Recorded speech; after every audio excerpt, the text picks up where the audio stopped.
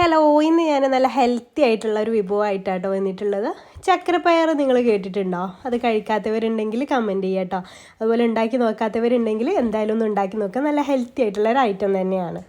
അതിന് വേണ്ടിയിട്ട് നമുക്ക് മെയിനായിട്ട് വേണ്ടത് മമ്പയറാണ് കേട്ടോ. മമ്പയർ ഞാൻ കുതിർത്തെടുത്തതാണ്. ഒരു 4-5 മണിക്കൂർ വെള്ളത്തിലിട്ട് കുതിർത്തെടുത്താൽ മതി.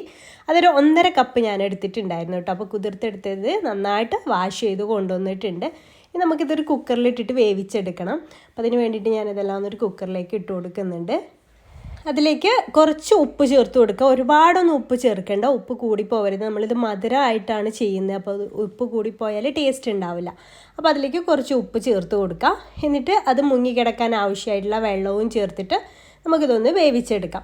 ഒരു 4-5 വിസിൽ വരുന്നവരെ വേവിച്ചെടുത്താൽ മതി. ഞാൻ ആദ്യത്തെ ഒരു വിസിൽ ഹൈ ഫ്ലെയിമിൽ ഇട്ട് കൊടുത്തു. പിന്നെ ഒരു 4 വിസിൽ വരുന്നവരെയാണ് പിന്നെ വെയിറ്റ്. അങ്ങനെ ടോട്ടൽ 5 വിസിൽ വരുന്നവരെയായിട്ട് ഞാൻ വെയിറ്റ് ചെയ്തിട്ടുള്ളത്. പിന്നെ ഒരു 3.5 അച്ച് ശർക്കര ഇതുപോലെ കുറച്ച് വെള്ളത്തിലൊന്ന് ഉരുക്കിയെടുക്കുന്നുണ്ട്. അത് അരിച്ചെടുത്തിട്ട് കല്ലും ഇതൊന്നും ഇല്ലാത്ത ശർക്കരയാണെന്നുണ്ടെങ്കിൽ നമുക്കതിലേക്ക് നേരിട്ട് തന്നെ ചേർക്കാം. അപ്പം അതൊക്കെ ഉണ്ടെന്നുണ്ടെങ്കിൽ അരിച്ചെടുത്തിട്ട് ചേർക്കാം. ഇനി നമുക്ക് വേണ്ടത് 1/2 കപ്പ് രാഗിപ്പൊടിയാണ് കേട്ടോ. രാഗിപ്പൊടി ഇല്ലയെന്നുണ്ടെങ്കിൽ, നിങ്ങളുടെ കയ്യിൽ രാഗിപ്പൊടി ഇല്ലയെന്നുണ്ടെങ്കിൽ നിങ്ങൾക്ക് അരിപ്പൊടിയും ചേർത്ത് കൊടുക്കാം. ഒരു 3 ടേബിൾ സ്പൂണോ 4 ടേബിൾ സ്പൂണോ ഒക്കെ അരിപ്പൊടിയും ചേർത്ത് കൊടുക്കാം. പക്ഷേ രാഗിപ്പൊടി ഉണ്ടെങ്കിൽ അതാണ് ഏറ്റവും ബെസ്റ്റ്. അതാണ് നമുക്ക് ഹെൽത്തിന് ഒന്നുകൂടെ ബെറ്റർ. ഇനി അതിലേക്ക് കുറച്ച് വെള്ളം ചേർത്തിട്ട് ഒട്ടും കട്ടയില്ലാതെ നന്നായിട്ട് തന്നെ ഒന്ന് മിക്സ് ചെയ്തെടുക്കണം. ഇപ്പോൾ ഞാൻ ഫ്ലെയിം ഓൺ ചെയ്തിട്ടില്ല കേട്ടോ. ഈ കട്ടകളൊക്കെ മിക്സ് ചെയ്തതിന് ശേഷമാണ് നമ്മൾ ഫ്ലെയിം ഓൺ ആക്കുന്നുള്ളൂ. ഇപ്പോൾ തന്നെ ഫ്ലെയിം ഓൺ ആക്കുന്നില്ല, അപ്പോൾ കട്ട കുത്താനൊക്കെ ചാൻസ് ഉണ്ട്. ഇനി അതിലേക്ക് ശർക്കര ഉരുക്കിയത് അരിച്ചിട്ട് അതും ചേർത്ത് കൊടുക്കുകയാണ് കേട്ടോ. ഇപ്പോഴൊന്നും ഞാൻ ഫ്ലെയിം ഓൺ ആക്കിയിട്ടില്ല. ഇതെല്ലാം ഒന്ന് മിക്സ് ആക്കിയതിന് ശേഷം മാത്രമാണ് ഫ്ലെയിം ഓൺ ആക്കാൻ പോകുന്നത്. അപ്പോൾ ശർക്കരയും കൂടി നന്നായിട്ടൊന്ന് ഇതിലൊന്ന് കമ്പൈൻ ആകുന്ന രീതിയിലൊന്ന് മിക്സ് ചെയ്ത് എടുക്കുന്നുണ്ട്. ഇനി ഞാൻ ഫ്ലെയിം ഓൺ ചെയ്തിട്ട് തുടരെ ഇളക്കിക്കൊണ്ടേ ഇരിക്കണം. അടി പിടിക്കാതെ നോക്കുക കേട്ടോ. അതെന്താ വെച്ചാൽ രാഗിപ്പൊടിയൊക്കെ ചേർത്തുകൊണ്ട് പെട്ടെന്ന് അടിക്ക് പിടിക്കാനും അതുപോലെ തന്നെ അത് തിക്കായിട്ട് വരാനൊക്കെ ചാൻസ് ഉണ്ട്.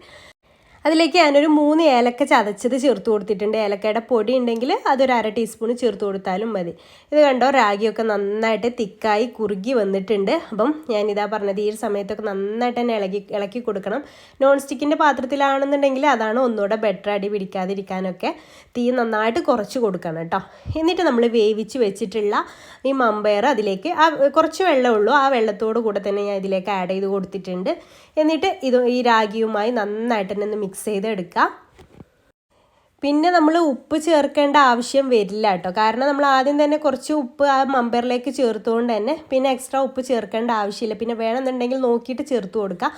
ഉപ്പ് കൂടിപ്പോയാൽ ഇതിൻ്റെ ടേസ്റ്റ് തന്നെ ആകെ മാറിപ്പോവും കേട്ടോ. അതിലേക്ക് 1 കപ്പ് തേങ്ങ ചിരവിയത് കൂടെ ചേർത്തിട്ട് നന്നായിട്ട് തന്നെ ഒന്ന് മിക്സ് ചെയ്തെടുക്കുക. ജസ്റ്റ് ഒന്ന് തിളച്ച് വന്നാൽ മതി കേട്ടോ. പിന്നെ ഒരുപാട് സമയം വെക്കുകയൊന്നും വേണ്ട. ആ തേങ്ങയൊക്കെ ചേർത്തിട്ട് ജസ്റ്റ് ആ തേങ്ങയുടെ ആ ഒരു ഇത് മാറാൻ വേണ്ടി ഒന്ന് തിളച്ച് വന്നാൽ മതി. അത്രയും ആയി കഴിഞ്ഞാൽ നമ്മുടെ അടിപൊളി ചക്കരപ്പയർ ഇവിടെ റെഡിയാവും കേട്ടോ. അപ്പോൾ ദാ ചക്കരപ്പയർ ഇവിടെ തിളച്ച് വന്നിട്ടുണ്ട്. അപ്പോൾ ഇത്രയും ആയാൽ നമുക്ക് ഫ്ലെയിം അങ്ങ് ഓഫ് ചെയ്യാം. ഇത് നമുക്ക് വൈകുന്നേരം ചായയുടെ കൂടെ അല്ലെങ്കിൽ രാവിലെ ബ്രേക്ക്ഫാസ്റ്റിന് ഉണ്ടാക്കി കഴിക്കുന്നവരൊക്കെ ഉണ്ട് കേട്ടോ. കുട്ടികൾക്കൊക്കെ നല്ല ഇഷ്ടവും മധുരമുള്ള ഐറ്റമല്ലേ. അപ്പോൾ നിങ്ങൾക്ക് ഇത് ഇഷ്ടമായിട്ടുണ്ടെങ്കിൽ ട്രൈ ചെയ്ത് നോക്കാത്തവർ എന്തായാലും ഒന്ന് ട്രൈ ചെയ്ത് നോക്കുക. അതുപോലെ തന്നെ വീഡിയോ ഇഷ്ടമായ ലൈക്ക് ചെയ്യാനും അതുപോലെ മറ്റുള്ളവരിലേക്ക് ഷെയർ ചെയ്ത് കൊടുക്കാനും മറക്കരുത് കേട്ടോ. അതുപോലെ ഈ വീഡിയോ കാണുന്ന ആരെങ്കിലും നമ്മുടെ ചാനൽ സബ്സ്ക്രൈബ് ചെയ്യാത്തവർ പ്ലീസ് ഒന്ന് സബ്സ്ക്രൈബ് കൂടി ചെയ്തിട്ട് സപ്പോർട്ട് ചെയ്യുക. FB പേജിലാകാണെങ്കിൽ ഫോളോ ചെയ്യാനും മറക്കരുത്. അപ്പോൾ ഇൻഷാല്ലാ പുതിയൊരു നല്ല റെസിപ്പി ആയിട്ട് നമുക്ക് അടുത്തൊരു ദിവസം കാണാം. അതുവരേക്കും ബൈ. Thank you.